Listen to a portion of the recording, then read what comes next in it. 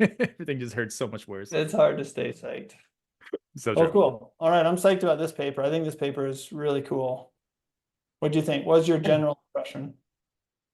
I think it's cool because so paper was assessing climbing specific strength, the impact of body position and elbow flexion on reliability and predictive validity.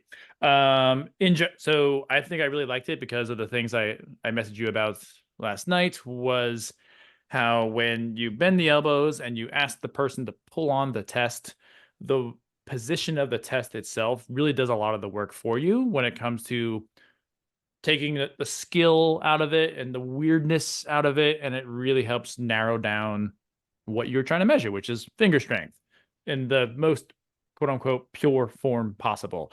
Um, and the fact that the test was able to do that repetitively was really cool. I think that was awesome. Oh, yeah, yeah. So, I mean, you already read the title, and Stein and Langer, they're always bumping out the good research. I think Katie's her first name.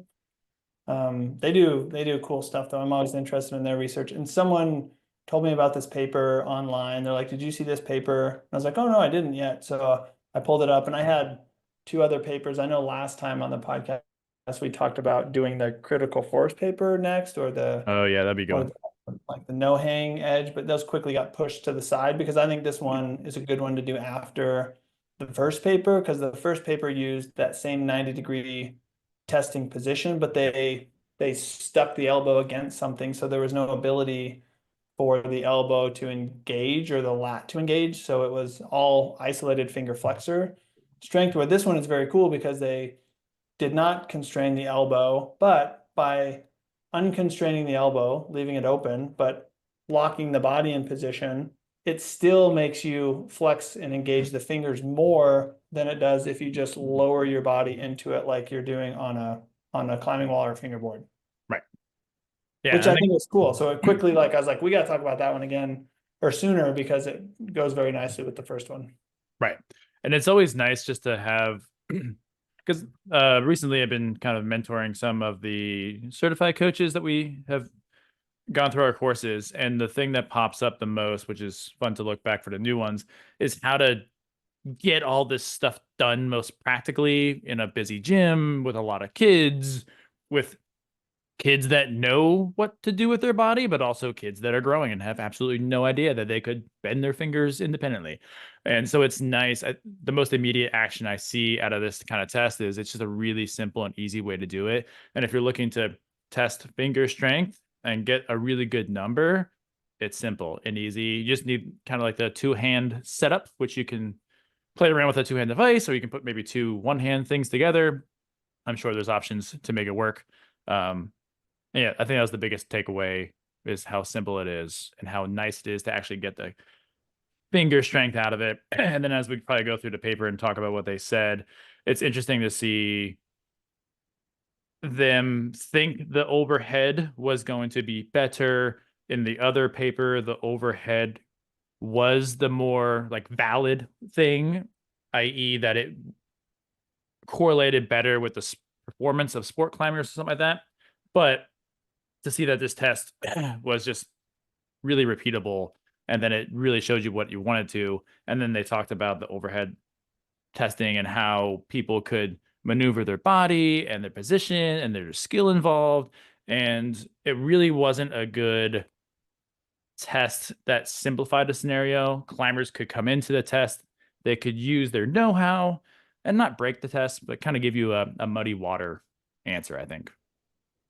Well, and the other paper used a open-handed position too. This one True. was like half crimp. This one was strict half crimp. They had someone watching oversight the half crimp position. But it again is like it works very well with what we've been talking about for years now is like isolating the finger flexors a little bit more actively is not the same thing as if you're using a fingerboard.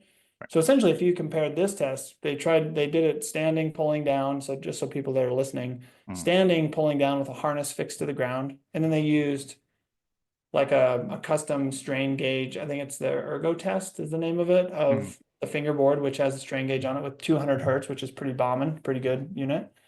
And then they did standing 90 degrees with their harness on, fixed to the ground, pulling against it, and then 2 seated tests overhead and then 90 degrees. And so what they found was that the seated test, when they're stripped down with like a barbell, like we do in the courses I've been doing for 10 years now, like, and you're constrained at 90 degrees, the only way you're going to get force is by muscle activity. Like you can't be lazy with that test at all. If you're on a fingerboard, you can be lazy in the upper extremity and just lower into it really slowly and then hang on your fingers. But this absolutely is another example of it's mostly concentric muscle activity, which we've known for lots of other sports in other contexts that is a more representative measure of someone's muscular strength. It's more representative of fatigue. And so I think that same position we want to do for all of the tests, not just like the maximum strength test, which they did not do. They just did max strength. Right. That was the only thing they really tied to performance or anything like that. So yeah, when we see this test for strength turn into contact strength tests and perform or endurance tests and critical force tests, it's going to be interesting because now you have a really good test that's going to show you only the muscular side of it. You can't, like Tyler said, you can't like get your body weight under it and kind of load the force. The number that is popping out on the scale is coming from your body, from your active efforts. And that's the thing that we want to see and retest and see improve over time. So that's really cool. I think to note too, I always back to one of your courses and the variability of all the millimeters that people use in research, kind of how we get like hyperfixated on 20. Here's the second paper in a row that was 23. And I've yet to see like a 23 millimeter edge kind of come out and gain market value in training tools. You know, it's kind of, they're all different. So, And I think that was just that a was funny. sales thing. I think that was a Yeah. lattice thing, probably that like originally, I think they were the first ones maybe that made a commercial kind of assessment, and it was all based on the 20 mil edge. So I think Right. that was like how it got popularized. But I think people try and navigate or negate that isolation with having a board with just a whole bunch of different sizes, which is obviously makes good practical sense for Right. lots of reasons. Yeah. So you don't have to live and die by 20. Doesn't matter. No, hell no. You'll quickly learn by watching this that very few papers actually use a 20 millimeter edge. Haven't found one yet. It's all been like By 19 to far the 23. smallest edge used that I've seen. So Right. let's talk about the materials and methods. Well, the intro to this paper, they just go in and talk about like there's no doubt that finger strength is important for climbing performance.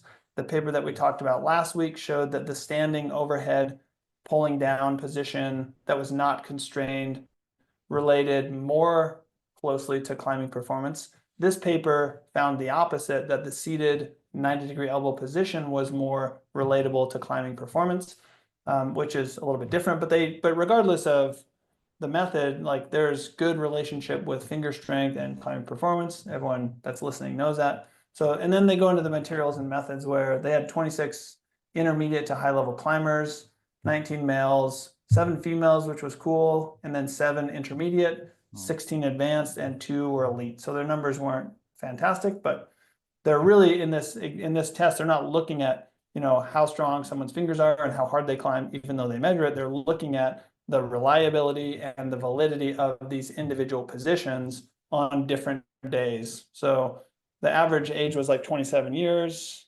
They had to climb for 1 year at least, free of any illness.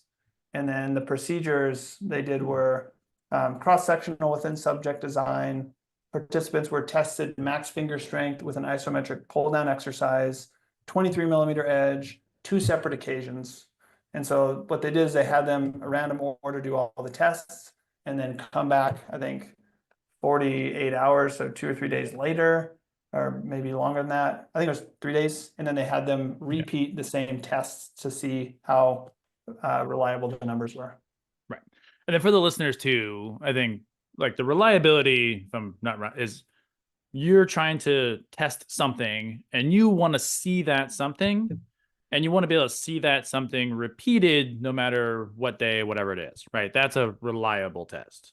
And then the validity is, okay, that something actually means either a correlation or a causation to another factor. So a reliable test is if I go in and I test my fingers, I go on Wednesday, another day, I should get roughly the same number. It shouldn't be so out there where it's so hard to do, right? Yeah, I like Okay. that. Okay. I wasn't sure if you were stopping there. I was like, oh, Oh, you're done. my bad. I was like a Yeah. dead stop. I was like, am I supposed to say Yeah. something? My bad. Because I was seeing that like reliability and validity, reliability and validity. And I was like, I think I know what they're talking about. But yeah, so we're looking for a test that just when you do it and the answer you get, you can trust the answer. I think that's the Yeah. biggest best way. Yeah, yeah. So maybe the one part I've highlighted, so hopefully that's not annoying that I highlight the shit out of these papers Oh no, it was good. before Help me. Yeah.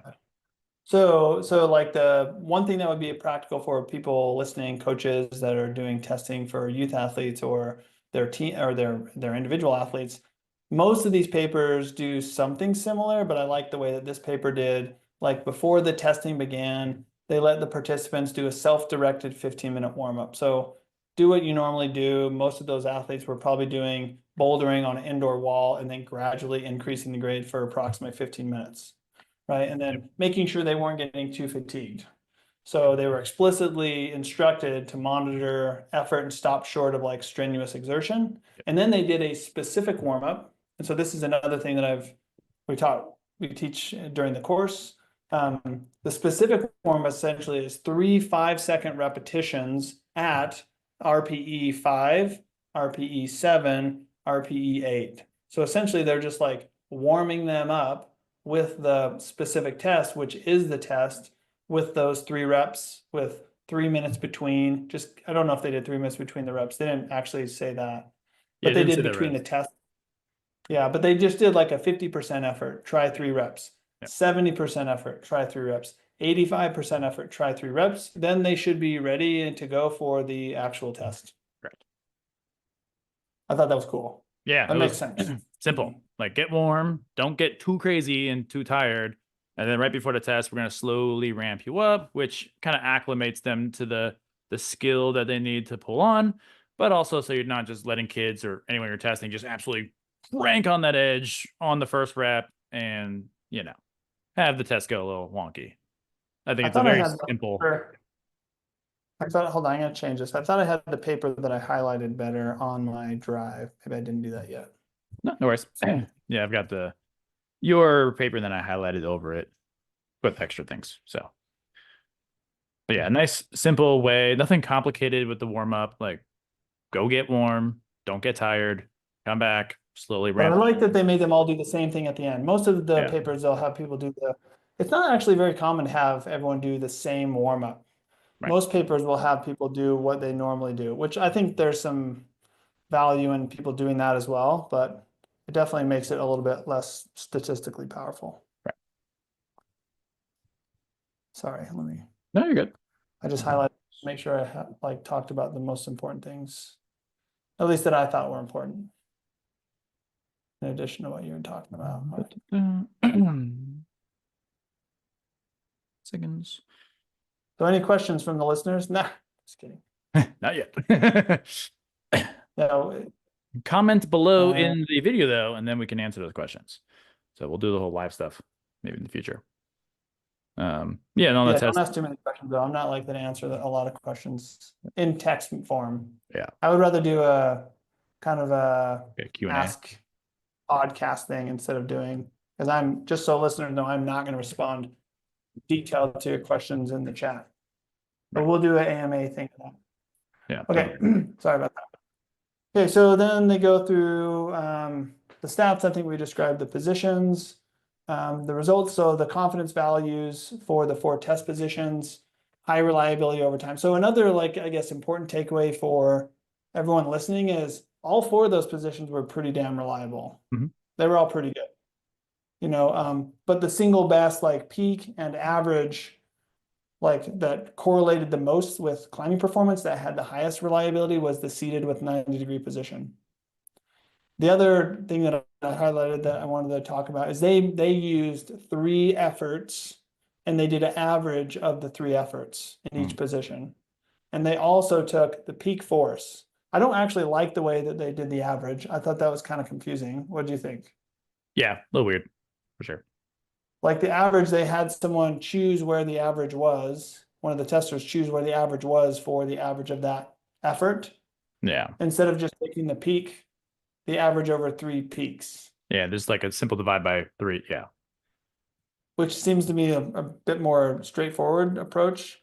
But the paper discusses that and they say, using the peak force, there's some value in doing that for the individual because the individual that's having the test performed, the athlete, they want to know what their peak is because there's some, let's say, ego value in that, but they also like want to know that they're giving their maximum effort instead of like taking the average of force over a given time frame. Right. And I'm trying to find where that they actually describe that because I thought that was confusing. That Yeah. was There's a whole lot I of highlight. statistical. I just remember seeing somewhere in like the discussion findings indicate the mean of 3 attempts generally offers slightly higher reliability, but the single best attempt also demonstrated acceptable reliability. So even though they did their funny way of doing things, the numbers were good regardless at the end of the day, kind of stuff. And maybe if you take a bunch of averages and you do a better job of averaging it, and you're really worried about percentage points statistically, that's probably the better way. But again, if you warm them up really nicely, you give a really hard effort, you're still going to get a good test. Okay, yeah, I think that makes sense. I like that. So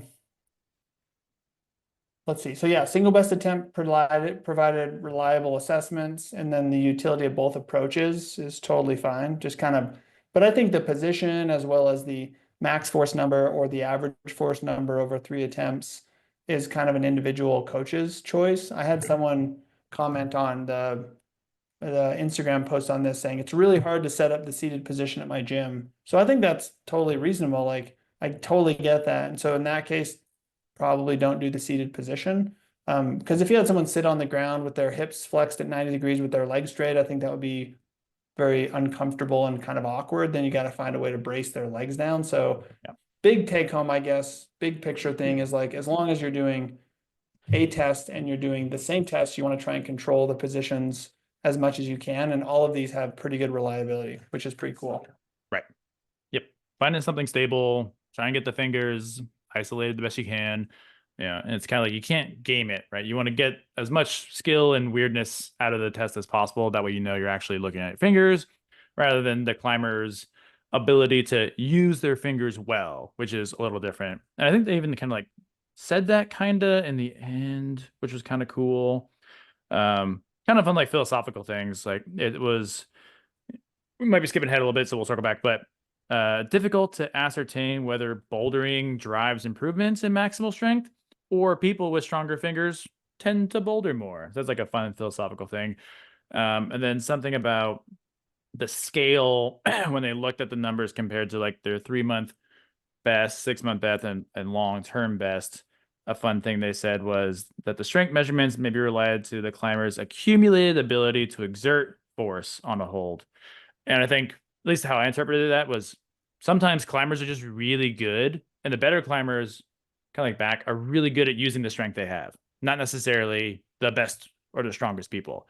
So when you have a test, kind of like the overhead standing test, that allows some of that skill to come through, you might get a false positive on true finger strength because you find the climber that's really good at just using everything they have, probably the elite people. Where you get a test that cuts out the noise, you're going to get some better numbers. Save the skill for learning how to climb better. But when it comes to the scientific measurement idea, we want to try and control all the variables so we know exactly what we're looking at. And so when we go to retest in 3 months and 6 months and it improves, you can truly say, hey, whatever you were doing in your training is working. That's great. Because sometimes that's the difficulty with, oh, I improved my grades. Like I climbed my first V7 this weekend. Great. Did my fingers get really strong compared to my first V4? No, maybe like 5 or 10 pounds, give or take. I just learned how to use my stuff a lot better.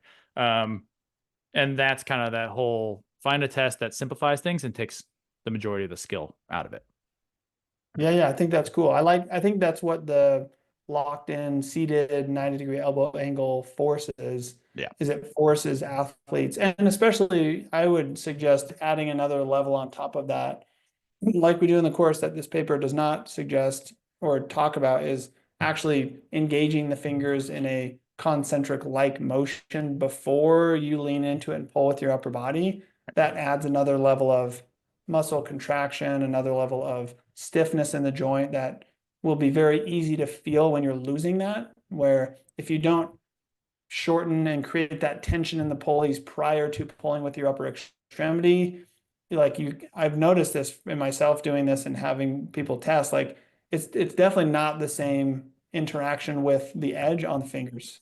And so for people that are listening to this, and maybe they can obviously see me, but sitting with your elbows, you want to like get that same MCP joint flexion that we've been talking about up to, a high threshold maximum, and then lean in and pull with the upper extremity and maximize that recruitment threshold. Because is that going to change dramatically over time with like training and with climbing? And probably not for people that have a good training age, unless they're not used to that kind of stimulus, like Rob, like we talked about in the test piece podcast, whose numbers went crazy high. Yeah, And that was that's really a cool. good example of someone that doesn't have, that has a lot of strength and he's ridiculously good. So his strength is already good and his skill is really good, but his muscular strength was not really, it's not that it wasn't good, it just wasn't that active. He just didn't have that much like voluntary activation in a concentric way, which is kind of bananas that could actually happen over that long a time. Yeah, I see a couple of climbers like that at the high level, and it's one of my favorite things to hear when you're talking to someone. They're V10 plus, 514, 8A, whatever, skilled, da da da da da, and you test them and you see that really low number. You're like, oh, we have a really easy way of getting you better because I don't have to teach you how to climb better. We're gonna go mining. We're gonna go dig up all that strength that you don't have right now, and it's just gonna like bleed into all the stuff you're already good at, and then we're just gonna sit back and watch you climb better. And so it's a really cool person to be when you have all those things going really well for you, but you just have that little bit of strength to help Yeah. add on. Oh, it's awesome. And it's a Yeah, lot of that's fun to cool. watch too. Yeah. Same thing with like Ben. Like I measured Ben maybe a month ago. Ben Hanna, who like just won like the bouldering, I forget which comp, not the USA comp. I forget what it was, but just won some comp. But he also is like obviously ridiculously strong and powerful, but he's so good in the three finger drag. He drags everything. And so testing his muscles, his finger strength, like he notices that on holds that get really small, he has trouble grabbing those really small holds. But measuring his fingers, he did not know how to curl his fingers like this. Because for years he's grown up climbing as a kid. So he's got really adapted fingers, big tendons, big volar plates, big joint capsules, strong upper body muscles, very coordinated, but didn't really have a lot of like the bearing down things. And that's all my recommendation was, like, you just needed every time you finger train, like I didn't even write him a training program. I was like, just be more intentional with your finger training and use the numbers that you would normally use. And all of his numbers went down just a little bit, but that's like one of those low hanging fruit kind of thing for athletes that have been climbing a long time that maybe never were trained to actually do that. Yeah. And they all come back like, whoa, I feel so much stronger on the wall now. You're like, boom. There And it he is. did those, and I did him all in the seated position. So I did his maximum finger strength in a seated 90-degree position. I did his RFD in a on a 20 mil seated 90-degree position, his bar pull, his bullet bar RFD, 30-second anaerobic power, like have him do critical force. I personally think that doing critical force testing like that or aerobic capacity testing like that also is the better test than doing it overhead. And we'll talk about those papers when we talk about like the Giles paper on critical force. That one's interesting because they actually use a critical force non-climbing test that was done with a hand dynamometer, which Mm. is a concentric activity. Mhm. So they actually use a more concentric like activity to apply, and then they do eccentric like fingerboarding stuff, which I don't know that anyone really maybe thought they were different, but to me, they're definitely not the same. No, not at all.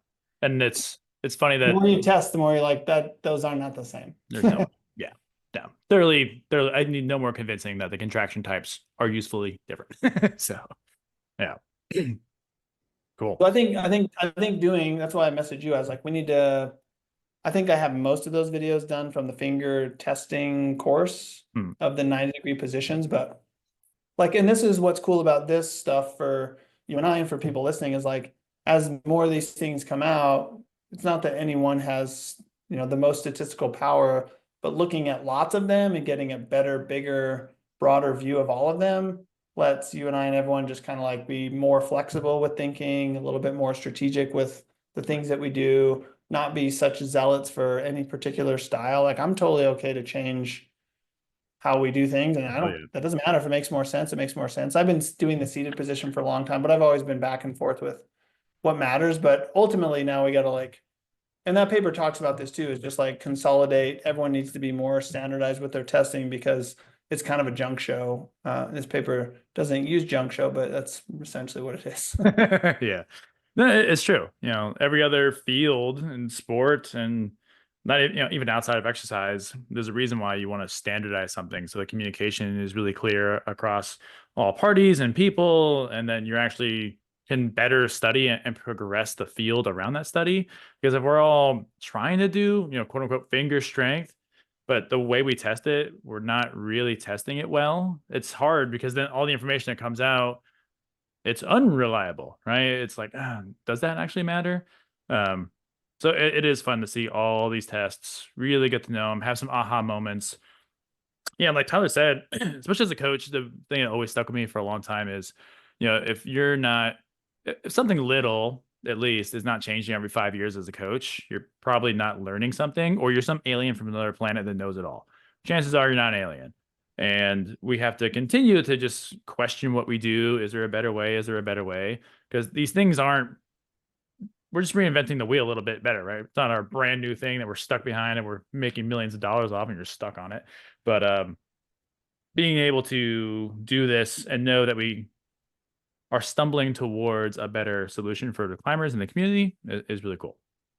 The other thing that I like highlighted that I posted on my story yesterday when I was like reading through this again, actually recognizes, which is in this paper, we did not say it was published in 2025. So this was a paper published in March of 2025. So it's a brand new paper, but it's very cool that it actually highlights the need for isolation. It doesn't say isolation, I don't think, but it says essentially you're removing all the variables Right. with the testing, right? The more variables there are, the less accurate, the less valid, the less reliable the test is in measuring what it's trying to measure, which I've been talking about for so long. And I get so much bullshit from people on wherever about it doesn't matter because it doesn't look like rock climbing. But everyone that does sports science, they're the ones that understands we want to get rid of as many confounding factors as we can, like someone's, body positioning or how well they can balance their body or their normal, what they're used to coordinative wise, right? And really distill down the test to being something that has as few variables as possible so we can actually get the most accurate measurement. And then we just want to repeat doing that stuff, which I think was really cool. I love that Yeah. they highlighted that. Yeah, because I think it was, might have been the back. But yeah, no, I totally agree. I think it was maybe towards the end, I maybe it thought, was in the yeah, discussion I part. was reading the discussion highlight or conclusion highlight. Da-da-da-da-da. I thought I highlighted it, but I don't see it highlighted. I'm sure it'll pop up in one of the. Furthermore, test this thing on built their absolute. Oh yeah, bang! I put a star next to it. What page is Although it this on? position, What, yeah, what page? What it's page? on page 10. It is on the right column, about 3/4 down. And it says, although this position can be regarded as the least climbing specific, referring Oh to the yeah. seated bent elbow, it likely provides the most constrained and controlled measurement of raw finger strength by limiting movement and postural adjustments during testing. The bent arm position may reduce the potential for variability caused by muscular adjustments or shifts in posture, which are more likely when the elbows are fully extended. AKA, you can't game this. You can't be a good climber during the test. It's just going to look at your finger strength. And that's what we want. Sick. I love that. I think that makes lots of sense. Yeah. And the message we've had for a long time. And so it's good to, like pat myself on the back for that, but that's not I got you. that surprising, or that's not that exciting or novel in sports science. Yeah. Obviously, that's novel in the climbing world for some reason because people love to fingerboard, but that's not that big of a deal. That's Right. pretty. It's no aha moment necessarily, but it's actually good that they mentioned that. I imagine like a video meme where like a caveman finally comes out with fire and everyone else like, dude, we're driving cars, man. Like we're good. Yeah.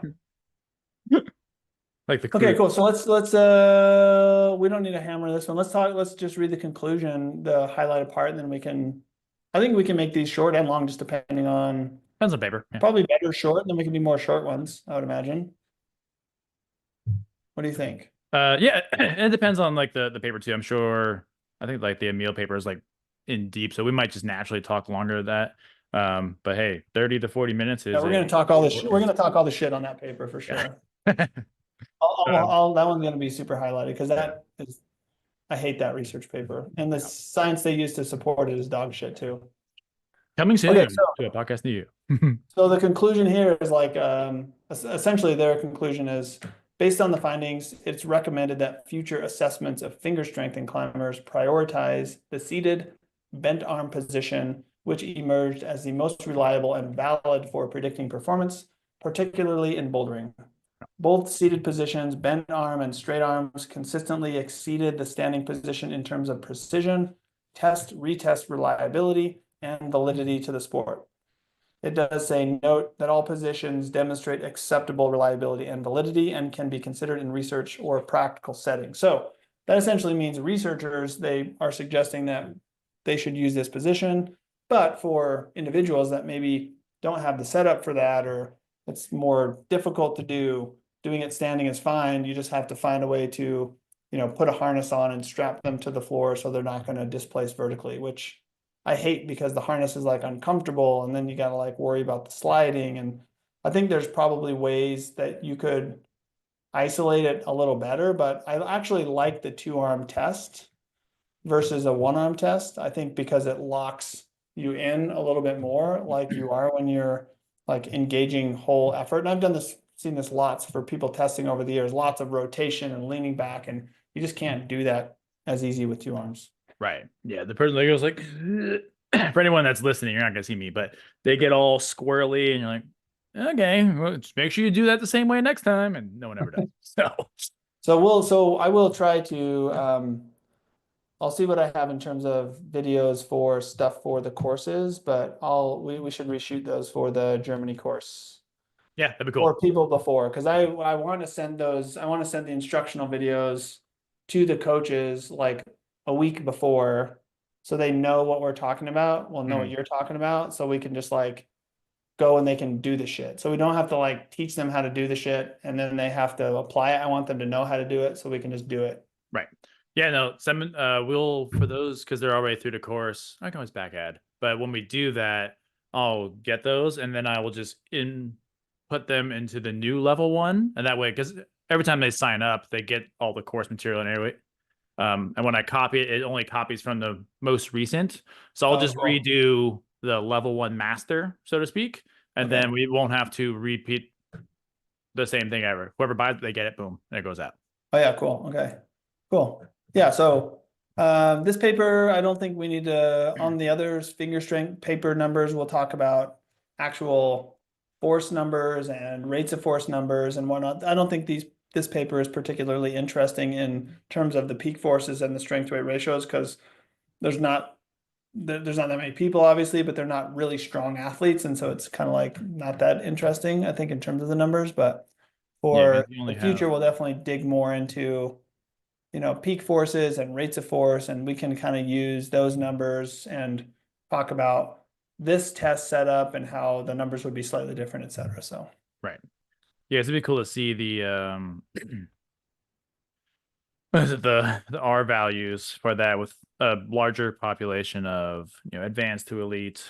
Because it was cool that I have another paper that bouldering, finger strength, highly correlative to performance, and then the sport climbing, rightfully so. And they mention why it's like, yeah, finger strength important, but not as important because you're climbing 30 meters, and you have psychological and endurance and skill, and there's so many other things that can go wrong in 100 moves that go less wrong in 5 moves.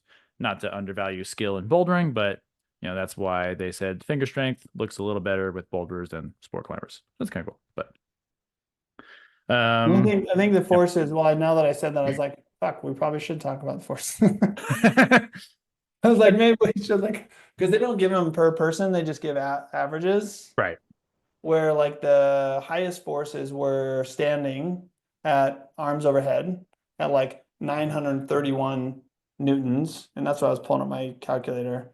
That's 209 pounds of force with two arms, which is not outstanding No. or mind blowing at all. And then the seated at 90-degree position was 868 newtons, which is 195 pounds.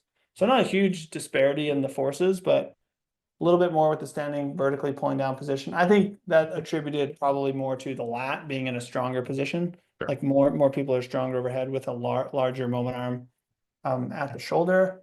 But yeah, they weren't outrageous. Like some of the papers that we'll talk about that have elite level athletes, that's like a one arm effort. Yeah. So Yeah, stuff's wild. so we'll dig more into those on other papers. But this one mostly was for y'all to understand that testing position seems legit. Right.